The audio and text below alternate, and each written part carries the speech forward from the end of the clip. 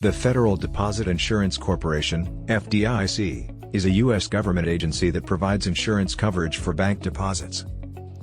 Here are some facts about the FDIC. The FDIC was created in 1933 in response to the banking crisis of the Great Depression. The FDIC insures deposits at banks and savings institutions up to $250,000 per deposit or per insured bank.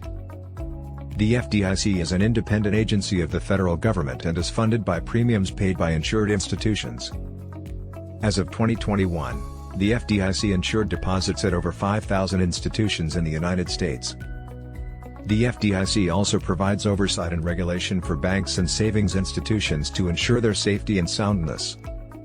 In the event that a bank fails, the FDIC is responsible for liquidating the bank's assets and paying out insured deposits to depositors. The FDIC has a number of programs to promote financial education and to help consumers make informed decisions about their finances. The FDIC has played a crucial role in maintaining confidence in the U.S. banking system by ensuring that depositors are protected and that the banking system remains stable.